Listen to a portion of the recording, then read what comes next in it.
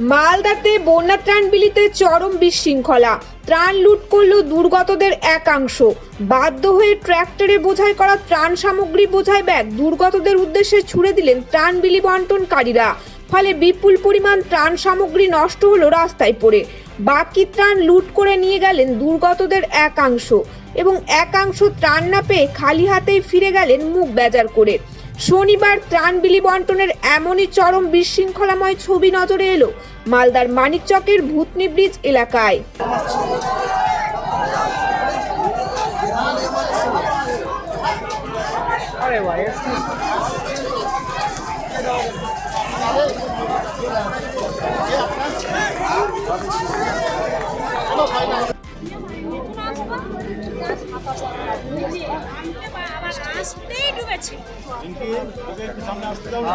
Already দাঁড়িয়ে আছে, আপনি এমনি করে হাত ঢুকিয়ে দিচ্ছেন।